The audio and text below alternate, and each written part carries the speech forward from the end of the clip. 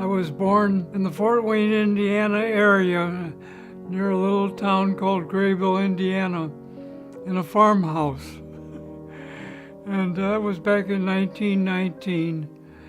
And my family soon moved to Fort Wayne, Indiana, and we lived there then during all of my school years there. I had the privilege of studying with several piano teachers, and one especially during my high school years was with Edith Foster, who had studied with Joseph Levine before World War I. They were very close friends, and Joseph Levine came to Fort Wayne. I met him in her studio in her home. I got my first book.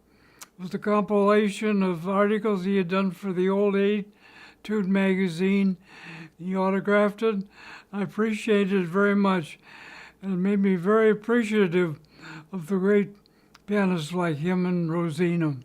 I had, under Edith Foster, entered several musical contests in piano. One I remember the most was at Indiana University, where there was a statewide contest. And that year, it was about 1935, I think, I won that statewide contest there. I played the A-flat major Chopin Ballade.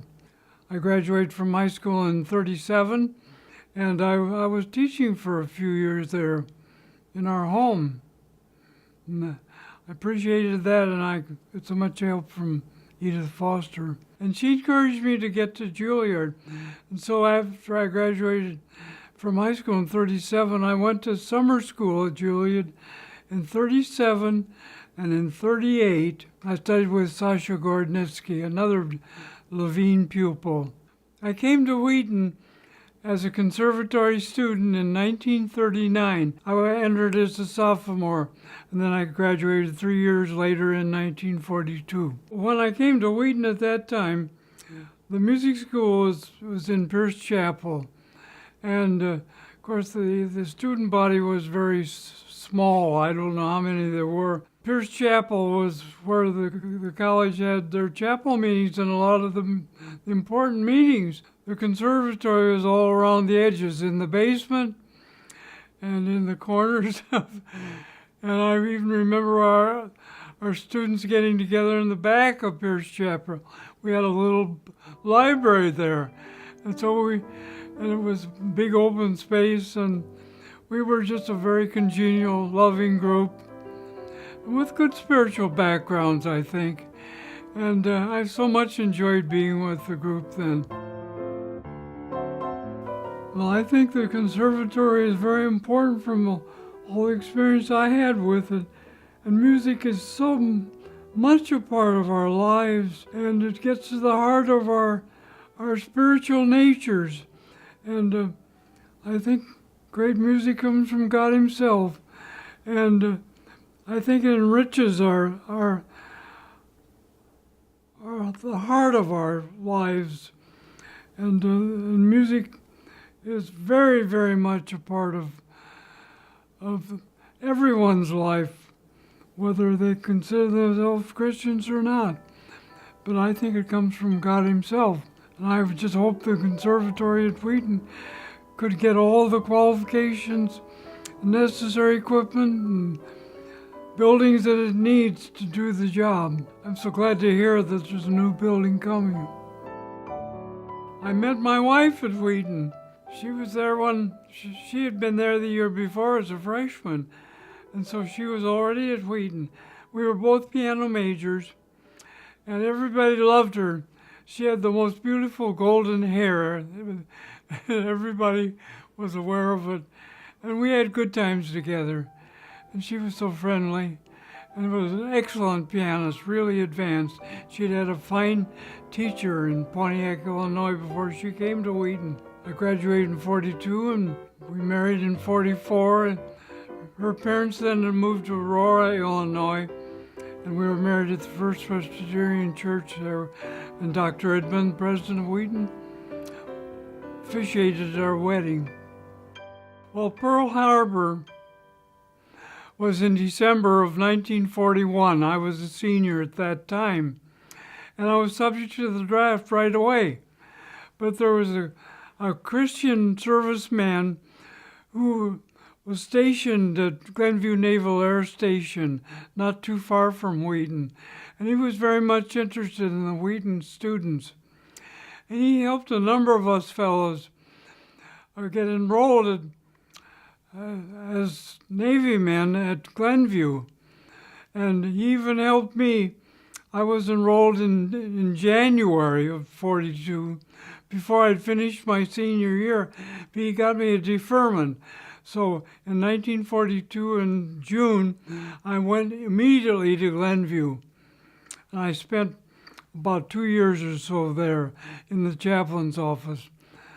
I played the organ. Morris Dobbins, who was teaching violin at Wheaton, was enrolled there too. And William Carver Williams, who was a cellist in the Chicago Symphony, was in the office too. And we formed a trio. And we played as servicemen all over the Chicago area. I wanted to get the special welfare rating. In order to get that and still serve in chaplain's office, I had to go to chaplain school. I went to William and Mary College in Williamsburg, Virginia for about 6 weeks. And that was a great time. They even had a commencement for all of us. I played the Chopin number there. And then I went back to Glenview, and they gave me duty, assigned me to Lakehurst, New Jersey. But when I got there, the chaplain there wanted to keep his assistant. So I got his orders, and I went to Guantanamo Bay, Cuba.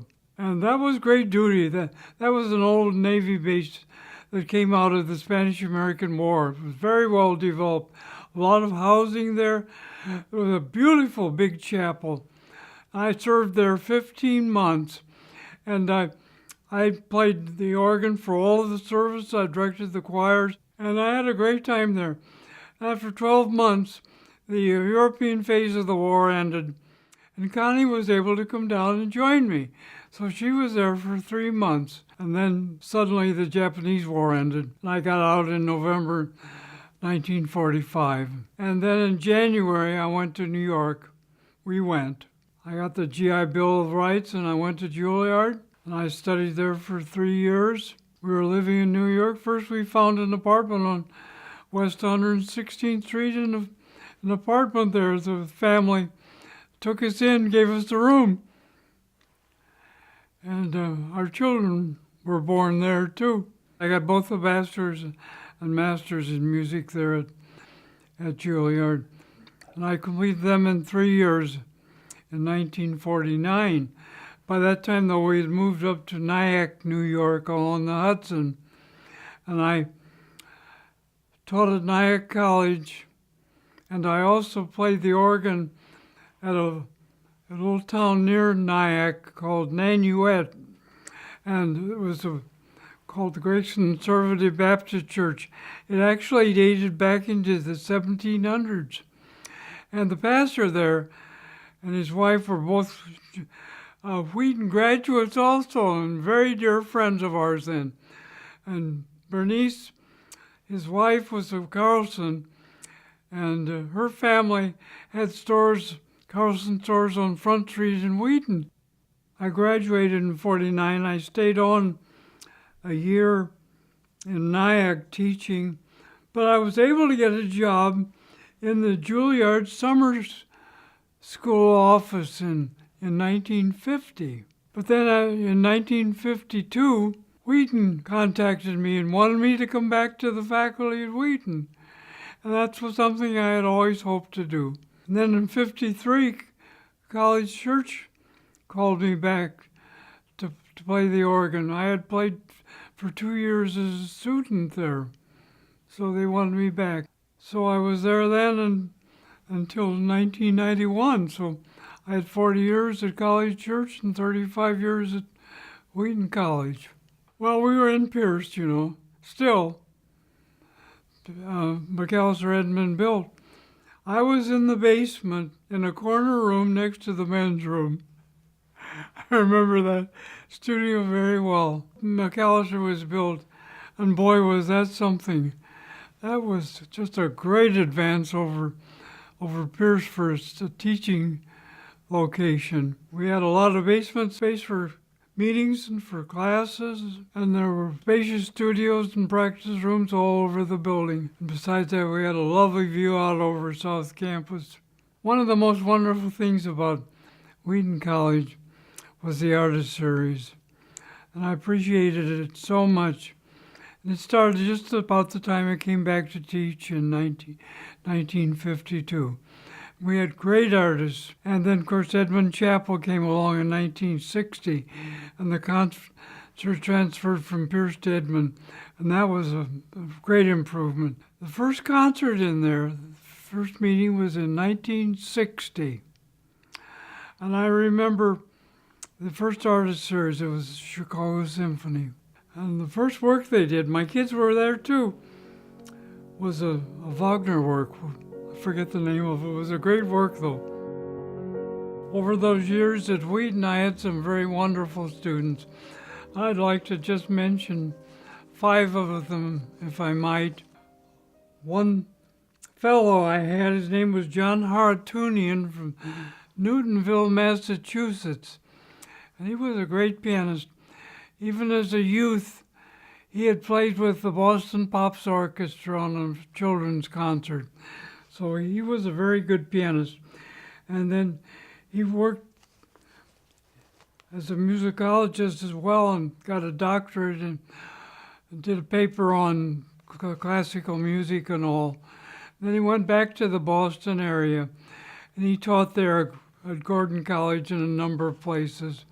He's retired now, but he's still playing and recording a lot of, like Bach. He loved Bach. Yeah, the second one I would mention was Grace Macfarlane. What a lovely girl she was, and so challenging in her work, and just a tremendous pianist. She developed greatly at Wheaton, went back to Washington, married a gentleman there later in life, and they're living together, but she's still going by her maiden name and teaching there. And I think she's one of the very best teachers in Washington, D.C. She's also on the cabinet staff of the MTNA, the Music Teachers National Association. And so she's filling a very full role there in Washington, D.C. So I'm very proud of her. She came and visited me when the convention was in Oak Brook recently. So it was good to see her again. I had 2 girls who were twin sisters, and they were both piano majors, and they both were doing very, very well. And they've gone on. They've got their doctorates at Northwestern. Debbie married a doctor and is teaching in Champaign, Illinois. And Diana lives in Evanston, and she teaches privately, but she's the pianist in the Orion Ensemble, which is very active in the Chicago area. And she has a tremendous repertoire and a great technique. Another fine student is Jody Grand-Leonard, and she's now head of the Community School of the Arts at Wheaton. There are over 2,000 children there practicing, and she's guiding the whole program. So I'm proud of her. And then the last one I want to mention is Bob Ralston. Everybody here at Windsor knows that name because he was the star pianist on the Lawrence Welk show. And a lot of the older people know him. I had him as a student back in the 1950s. He said I taught him how to phrase a melody line. And he's done a great job in the pop line. And I'm proud of him. And he's played all over this country. And he's done so many CDs. The most recent one, called A Perfect Day, there are some 30 old tunes, even go back to Gershwin. And they're songs that are really classic pop tunes. He says his mother sang them to him as a child. And so he's made piano arrangements. And they're done very tastefully, very musically. The book that I did at Wheaton back in the 1960s, really I think got its start, well, even before Juilliard, when I got that little book by Joseph Levine that gave so much wonderful advice to pianists. But then at Juilliard, I had a course called The Materials and Music of Music with Erwin Freinlich. And he excited us about the early books like were written by about Bach and all. And to get all that material, it just brought the people to life. In that course, then I discovered there was so much material that the great pianists and their associates and their students had left for us. But the students weren't using it. Well, first of all, they didn't have time to go through all that literature. And so that's what got me interested in delving into writing that book. So I got 2 one-semester grants back in the middle 60s. At that time, I could have worked on a doctorate, but I couldn't have gotten the book done. So I really went at it, and I worked hard, and I brought it all together. And I didn't realize that the need at the time that there's so many well-known pianists in the field who were longing for a book of that kind. And when I got it in print in 1974, it really took off. I got so many wonderful comments from the top people in the field about how much it helped to meet the need. And then in 2007, Indiana University Press took the book over. We put an appendix to it that helped to show some historical relationships that hadn't been there before. And so it's been doing really well since then. And it goes mostly to, of course, to pianists that are piano majors in college. I think there have been over 30,000 sold over the years. I'm just thankful to the Lord for giving me all these years, and I appreciate having the opportunity to live these years and to serve the music world in this way. It so happens that my birthday this year, my 95th birthday, comes on Easter Sunday, April 20th. And a coincidence, too, is that I was born on Easter Sunday. So I've got quite a few Easters in between. I thank the Lord for them.